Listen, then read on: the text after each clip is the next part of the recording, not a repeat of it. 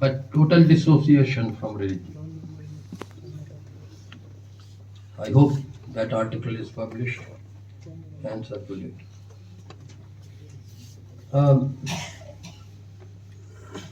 So when we come to history and the philosophical background of history, one has to decide how does one proceed.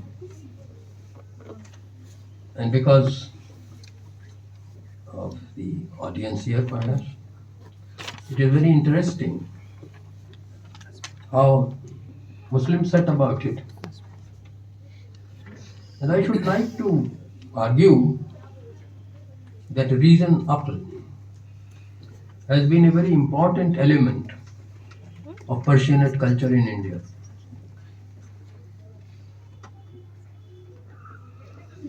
It is true that Orthodox Islam does not permit a large number of statements in prose, but it does permit them in poetry. And therefore, it is important to remember that in Indian history,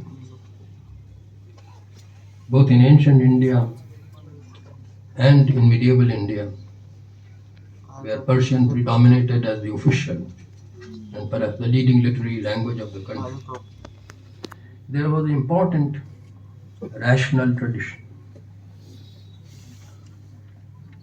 I shall begin reminding you of Ashoka. Ashoka is known from his inscriptions and from Buddhist traditions. But the Ashoka inscriptions is totally different from the Ashoka of Buddhist tradition. In his inscriptions, when he talks of Dhamma, he means morality. He doesn't invite anyone to become a Buddhist. And that morality is totally irreligious, unreligious, I would say. It has no reference to any religion.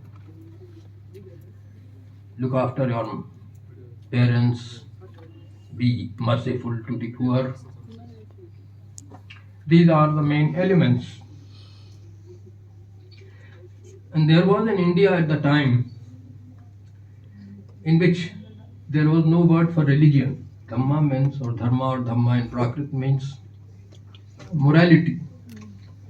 So when Ashoka issued his edict number 12, Rock Edict 12, which I think all communal people should read, particularly BJP people, he says that you should not, people of different religions should not quarrel among each other.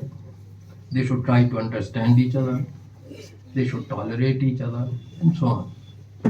The interesting thing is the word he uses for religion.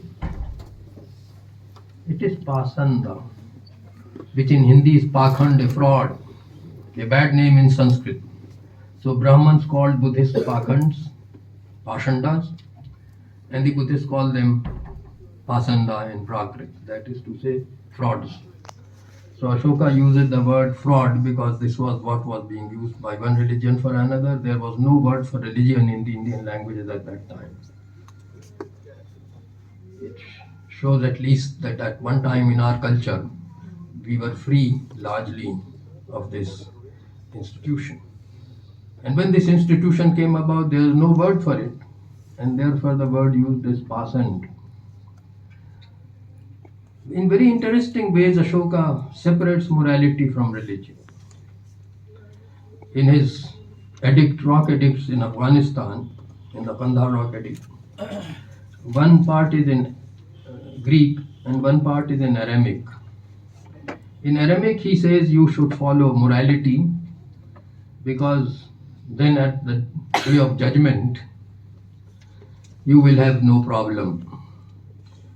He is now thinking of Parsi Zoroastrians because this idea of heaven and hell and judgment, day of judgment, all comes to Islam from Parsi religion, Zoroastrianism through Judaism and Christianity. So he says that you will be able to face the day of judgment. But when he addresses the Greeks, in the Greek part of the edict, he says just morality is good and you should follow it.